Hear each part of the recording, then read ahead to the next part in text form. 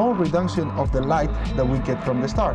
And this reduction on what we call the light curve over time, it might indicate that there is a planet passing by.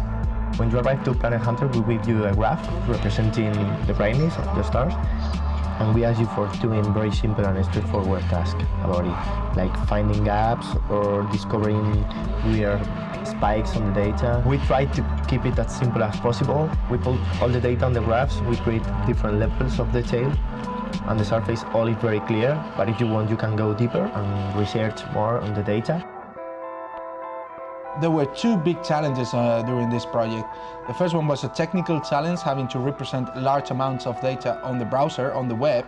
It was something we had to deal with, and that we ended up by using we solved by using the latest technology available on the web, like HTML5 and so on.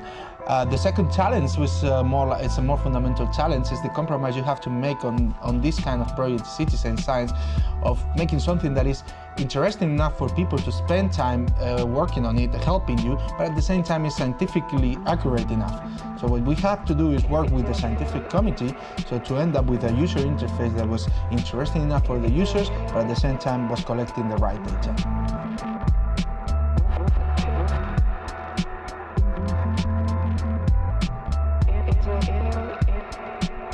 Computers turn out to be not very good at recognizing patterns. If I write something like this, you can very easily read it. If I show it to a computer and ask it to read it, they're going to have a very hard time. This is because computers are not very good at recognizing patterns, and that's what humans are actually very good at.